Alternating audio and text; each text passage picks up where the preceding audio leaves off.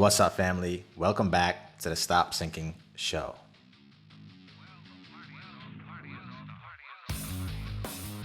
My father taught me that most people are not your friends. And when he said this to me when I was young, I rebelled because I thought he just didn't want me to have the kind of friends that I had at the time. I thought he was trying to control me. So I didn't get this lesson until later in life. But he taught me most people are not your friends. Most people just want to enjoy themselves with you. They want to drink, smoke, play video games, whatever level of activity and enjoyment that they can share with you. That's as far as they want to be concerned. Most of them are not going to go past that and tell you no. Don't do that. That is not good for you. A real friend, a true friend tells you no.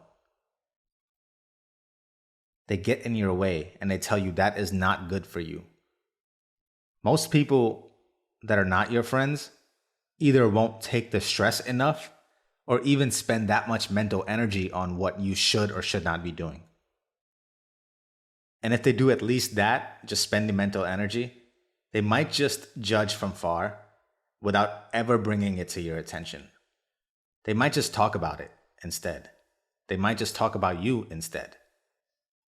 Or they won't be willing to put the stress on your relationship with you and the possible sacrifice of that enjoyment. Why would they jeopardize a good thing for them by getting in your way for you? That would require them to think of more than themselves. Most of your friends won't do that. A real friend is willing to put all on the line and stake all of the current comforts and all the status quo and any bit of ease and comfort that they have in your relationship to redirect you when needed.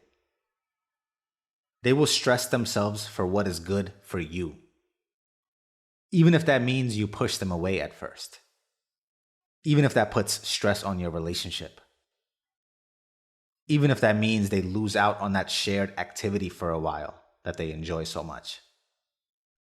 They're willing to have conversations with you to redirect you. Hey, friend, your boyfriend doesn't seem to be right for you. Hey, friend, you've been drinking too much. You've been thinking too much. You haven't been thinking enough. Hey, friend, you're not doing all you can. You've been lazy. You're looking for the easy way out. You don't stick with anything long enough. Hey, friend, you weren't being honest when telling that story. Why did you feel the need to exaggerate? If you have even 5 real friends like this in your life, you have lived well. Most of us just surround ourselves with fans, not friends. Those that will big us up and cheerlead us for all of our bad habits, but won't dare to get in our way when we're headed in the wrong direction. Even if that simply means having a difficult conversation. Why bother? They're not bothered. So let's talk about this value of having a source of and making room for constructive criticism in our life and our relationships. How to be a real friend and give it. How to be open and invite it and take it. Because we need constructive criticism. Because there's something of great value lost in living your life that does not have it. A life without criticism and honest conversations is littered with undiscovered opportunities for growth with no one brave enough to point at them. No real friends to tell you. You see, we are social animals. We require human relationships to keep us bounded and sane. We need social relationships, isolated from the course correction provided by others. Without others being able to point out that our behavior is acceptable or not, we can become erratic and a suboptimally functioning member of society.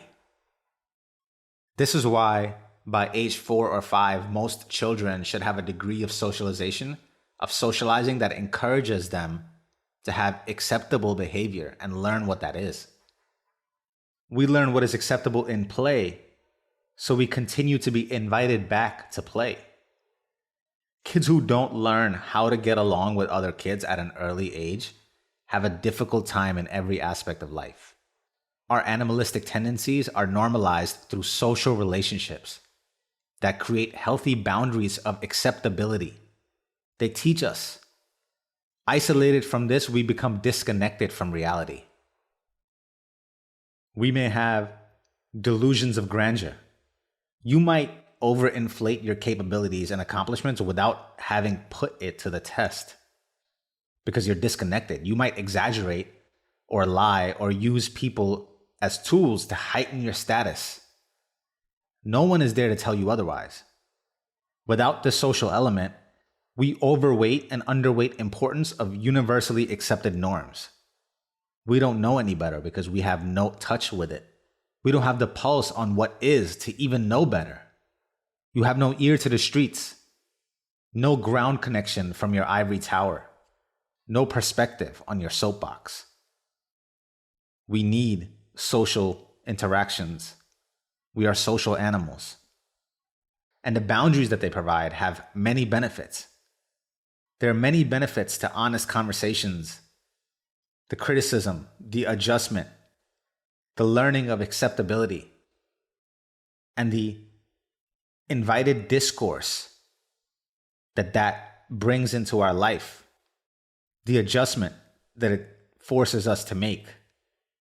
Even if that conversation, even if the subject of the conversation and the discourse is you, there are many benefits. Well, first, the fact that you even have honest people around you that are able to tell you when you fall short speaks volumes about the kind of life that you're living. It's a symbol that you have nurtured strong bonds with people, and you have created an impression that you are willing to improve and you're not rigidly stuck in a particular way of being. You're not the person that says, I've always been like this. This is just how I am. It is extremely easy to be this way, rigidly stuck. Just say, this is how I am. I mean, just look around in your life when I say this and think about the people that come to your mind. And think about how easy it is to be someone who is unapproachable regarding their flaws. People who have a select group of friends who they can comfortably never expect for them to criticize them or tell them how they really feel and where they're really falling short. They've built a group of fans. They probably just talk behind your back. Instead, you have honest people around you. So if you have honest people around you, it says a lot about you. That you are not this rigidly stuck person. That there is some part of you that wants to improve and that has kept a source of truth in your life. Real friends. A mirror. Regardless of how ugly you may look, you are not afraid to see so you can figure out what else you can be. This gives you an edge. These are the benefits of having honest conversations in your life and making room for it. Having the fortitude to keep this candor in your life, this edge can be the greatest source of capital for you. Fierce conversations lead to fierce results. If you expect to live a life that not many get to experience, you have to be willing to stomach and then transmute the pointed, identified shortcomings that most people would rather ignore or just be blind to. That's how you take it. But to give it also, learning to be this for others is an act of love. It's not easy to give someone constructive criticism. It challenges you to develop yourself and your ability to communicate. It is an exercise in care and investing in that care enough to cater to how you deliver that message, to maximize the potential of the other listening party, the person you care for, to actually receive that message and take the appropriate steps in patching this identified opportunity of growth. This forces you to become better as a communicator, a better friend, better at acting out love, acting out care. Many benefits of honest conversations and inviting discourse in your life. Not only are there benefits, it is just necessary. Regardless of the relational dynamic, professional, intimate, familial, friendly, if a forward path is to be found at all, you need a firm bed on which progress can be made. That requires healthy discourse. Society fails to move forward and is in a troubling state when we become too afraid to speak on topics, or we have too many unwilling ears and have a bunch of rigid acceptance, rigidly stuck in how they are. Nothing moves forward or upward in gridlock. Being able to constructively criticize is the cornerstone of a civilized society. It is required in all dynamics of life. It is necessary. Okay, so you've decided you want to be a good friend, a good manager, a productive citizen. How do you frame your giving of criticism? I'll mention some how-tos and how not to give constructive criticism, how to give feedback. The first thing I'll say in how-to is to set an upfront agreement, an upfront contract in your relationship. Hey, there will be times we'll have difficult conversations. Using that as a platform on which to build your relationship. The other person can be given an opportunity to express how they like to be communicated to, and can even guide you in how to deliver that message, in what tone, in what verbiage that they can receive feedback the best. Just have an upfront agreement as the basis of your relationship. And then when giving feedback, to ensure that our intentions are not questioned and that we are in a good headspace when giving feedback, when giving constructive criticism, we have to show that we see the good and the bad at the same time. That this giving of feedback is a deliberate attempt to communicate. It's not just something that you're taking lightly. And it's not meant to evoke defenses from a one-sided perspective that you're offering. In management, we do this with a sandwich approach. Good, bad, good. You highlight something positive. You share an area of opportunity, something to improve, and then you reinforce with something positive. Don't do this disingenuously or give generic positive remarks, but specific negative ones. There needs to be an equal specificity, an equal amount of emphasis when providing a compliment, as well as when providing opportunity for improvement. This allows the other party to see that you value them, that you see the good, and that you can point out a room for improvement for them. It allows them to trust your intentions and that you are coming from a good place. And when you decide to give that feedback, you have to have empathy and understand where the person is fully in the context of their being. Not overemphasizing the improvement that's required as a way to overshadow all the other parts that make up that person. Unless this is a business requirement and you're giving feedback to your employee, you can't put the improvement that they need to make over all the other context of what they are and what goals they have in life. You have to have the empathy and the awareness of that person to lead them accordingly, to provide feedback that's appropriate. This person may have defaulted to certain ways of being because it proved successful in the context of their environment in the past. We cannot take a snapshot of a person at a time without taking into account how they became that way. And then have the empathy once the feedback is given, where you don't expect people to agree or have the same perspective, even after pointing out this gap of improvement. Again, unless it's an employee, if your goal is to really help and you care about this person, you can't be attached to the help being accepted or not. Your only job is to offer it with dignity and tact, with a background of pure intention that is felt on the other end and acknowledged in a healthy relational dynamic. And that is felt. Just do your diligence and provide the feedback for the person you care about. Save them from what you can save them from, but have the empathy that it is ultimately up to them to accept it or not. And that they don't have to see what you see as a shortcoming, as one for them. Your only job is to be a mirror.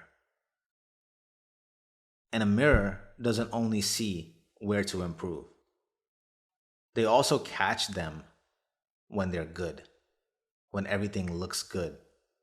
To reinforce behavior that you want repeated, notice and call it out when witnessed with clear specifics. So another way to give feedback is finding the right appropriate time to give it. And the best way, usually, when you see a behavior that you like, that you would like to see again, when your friend, your child, your employee does something that is behavior that you want repeated, catch them when they're good and give them specific feedback on how that was good. Instead of only providing feedback when there's a problem or criticism that's required to give feedback for. Have a foundation and open lane of constant feedback. That's what a mirror does. It shows everything. It doesn't just show you what's negative. Maybe even have a scheduled meeting for this open lane of constant feedback with your employee, with your manager, with your spouse, with your kids. Maybe you have a weekly one-on-one.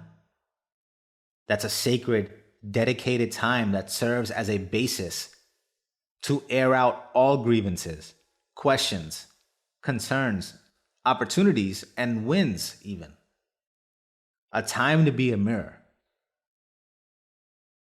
Your communication can't only happen when it's a problem that you have to address, or you will create a negative association with yourself and feedback in general. And then you miss out on this bond that you can create with this person that comes from the other side of providing feedback. And then you become less and less effective over time in your relationship with them. And when you do provide feedback, provide actionable feedback. Anyone can point out problems.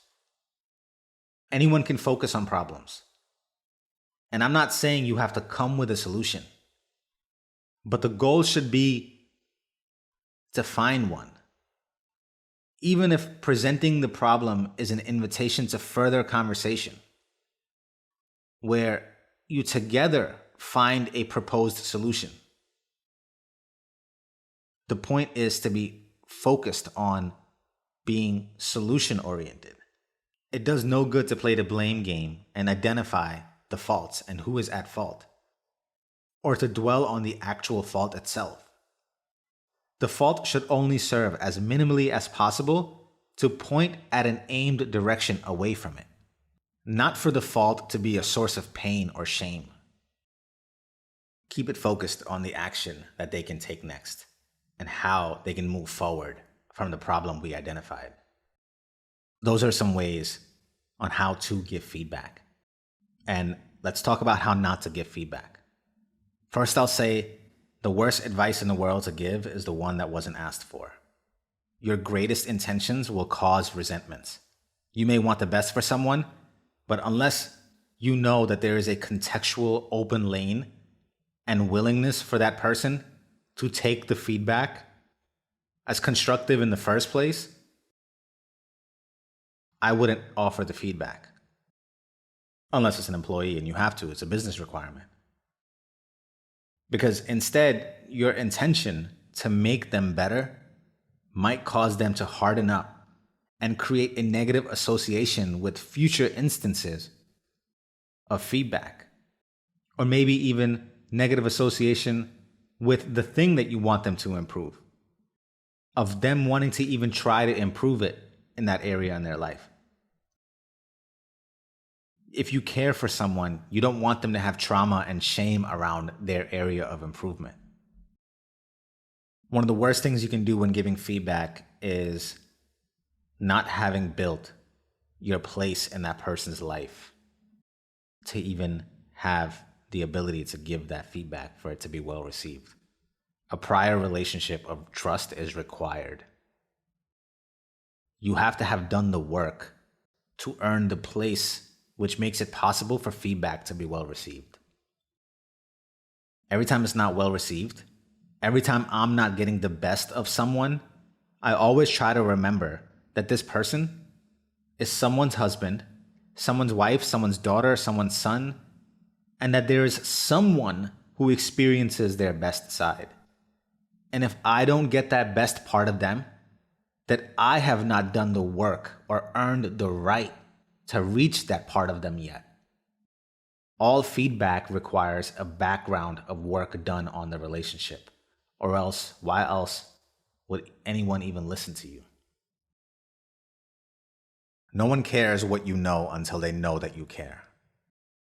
There has to be a connection of know, like, and trust before there is any chance of having effect. And how not to give feedback is to be completely tactless. You never escape the need for tact. Honesty without compassion is brutality. It is never what you say, but how you say it. You can deliver the worst news and provide the most difficult to swallow criticism if you make it palatable.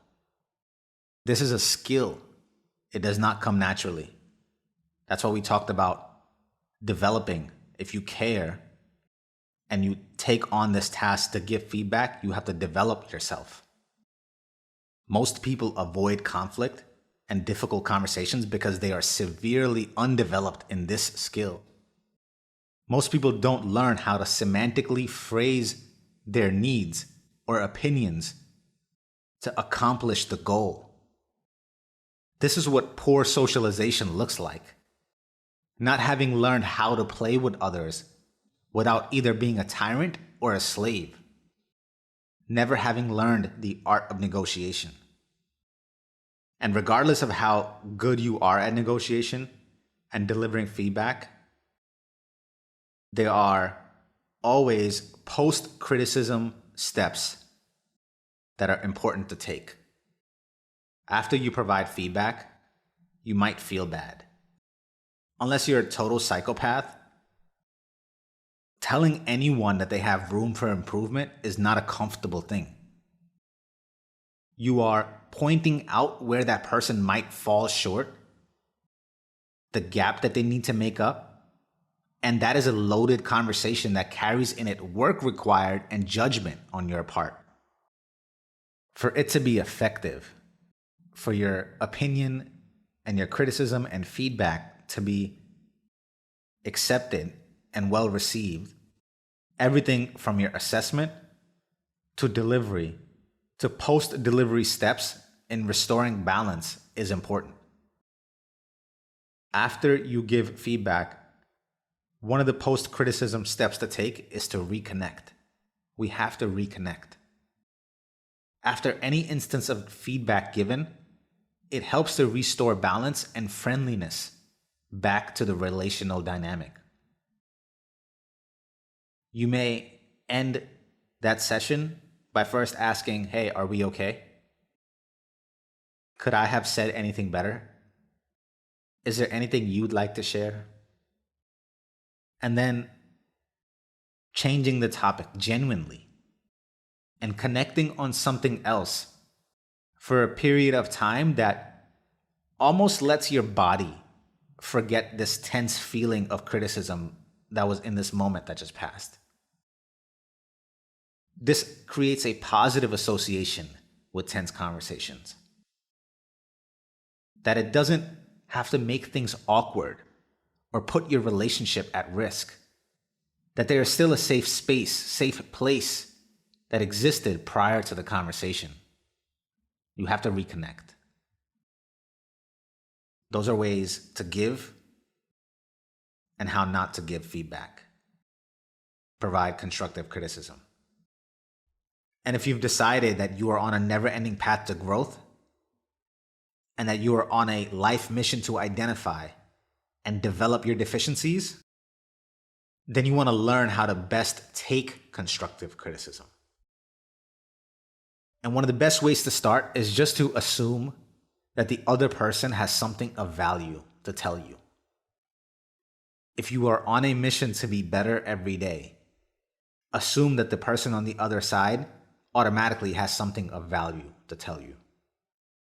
Even if they fail to use the words that hit home immediately, if instead those words that they use trigger defense mechanisms in you based off of their delivery and approach, if you are truly in it to improve, if you truly want to continue growing and challenging your status quo, you will do what is necessary to even help them find the words. To simmer your defenses and ask intentionally for clarification and further detail. You will coerce out of them some takeaway, regardless of the conflict that arose, so you can add it to your repertoire of considerations. The feedback that they're trying to provide you might come with it something that you should consider. And I'm not telling you to misweight anyone's opinion or advice on something. Just anyone. Not all feedback is appropriate or can be valued from the person giving it if it's not their domain of expertise. I wouldn't take advice on how to be rich from a homeless person. I wouldn't take advice on how to be happy from someone who is miserable. Again, I'm not saying that a 3 times divorced person can't tell you how to have a happy marriage. Maybe if they've internalized the lessons and had some transformational understanding that shows up tangibly in their life, maybe they are the perfect person for you to listen to. All I'm saying is you have to weight the advice properly, according to the desired result you want to see and see the other person having. Usually the rule of thumb is the person you listen to has to be doing 10 times as much, 10 times better than what you want in the realm of success that you're after. Another way to say it is you will probably achieve 10% of what the person who is giving you advice has. If you listen to someone fairly successful, you will be 1/10 as fairly successful. If someone is making $1 million a year, maybe they can teach you or help you or hire you to make 100,000. If they do $100 million a year, they can probably see and create opportunities for you to make 10 million. So definitely have discernment with where you place weight and importance on someone's opinion. I'm not asking you to accept blindly, but it is the mark of an intelligent, wise person to entertain something without accepting it. But don't lose the message that can come from anywhere. Even though I'm asking you not to overweight just anyone's opinion, don't lose the message that can come from anywhere, because it wasn't the appropriate messenger that meets your criteria. A homeless man can give you a golden nugget that might change your entire life. Assume that all interactions have something of value to unlock in them. what to do, what not to do, even if it's just information and knowing of self that comes from it. Maybe while listening, something makes you feel a certain type of way, brings up fears, insecurities, anger, something that surfaces. There's information being provided in every interaction. Assume automatically that there is inherent value in everything. And assume positive intention. If you want to learn how to continue to be better, assume that the other person automatically has something of value to give you, and assume positive intention on their part. Unless it's the comment section on social media, assume that if someone has gone out of their way to tell you something, to provide feedback, despite their haste and inability to deliver it, that the very fact that they have expended mental facilities to even notice your flaw is, well, first, a data point of improvement that you should just register. But it's also an indication that on some level, that person cares for you. People don't just go out of their way to have conversations and be concerned with things outside of themselves. We're just way too self-absorbed to do that. So there is some positive intention to be found in the mere fact that they said something, that they shared some criticism. Never assume malintent. Don't just assume it. Most people in your 3-foot world are usually not out to hurt you. It doesn't help to look at the world from this defensive stance. You miss out on a lot there is to be gained. This requires courage. This is not a naive sentiment to say that there are no bad people. But it is the proper disposition for someone on a mission to gain more than they fear to preserve. Just assume positive intention. And ultimately, if you want to be better and you want to continue growing, it is ultimately your responsibility to get the message regardless of delivery, especially the older you get. As a kid, the responsibility was maybe held more by the adults. So when someone gave you feedback, or when someone criticized you constructively, or when someone shared their opinions with you or was trying to teach you something, as a kid, the responsibility was more of that on the adults. Maybe 90% of it was in the hands of your teachers and parents to adjust their delivery and messaging to cater to your level of understanding and your emotions. But as you get older, you have to bear more of that responsibility, especially if you want to grow, regardless of the ability of the other person who is delivering it. And it's a sliding scale the older you get, and the more professional environments you find yourself in. Maybe it's 50-50 between you and your manager. Maybe it's 90% your responsibility with an executive or some senior leadership member. It is up to you to extract the message and the meaning to unlock the possible lesson for you. Even if they didn't cater to your emotional communication style, your preference, or didn't speak at a level of your understanding, you have to apply your own curiosity and wisdom to decipher out of it something useful for you. The older you get, it becomes more and more your responsibility to take something away, regardless of how it was delivered, especially if you are on a life mission to improve. So let's end this with a couple questions. How much of a friend are you really? How can you go out of your way more and be invested more to give back to your friends by way of encouraging them to be better and being an honest mirror to them? How else can you do this for your family, friends, coworkers, and employees? Find ways to go out of your way more. How good are you at receiving feedback? How can you go about reacting better and inviting more and creating a more open lane for people that care about you to speak into you? How can you make yourself better at receiving feedback? And my last question is, what is one way I failed to deliver this message constructively?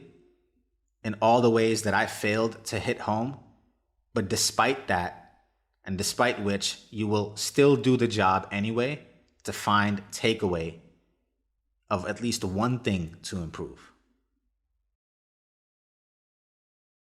I love you, my friends.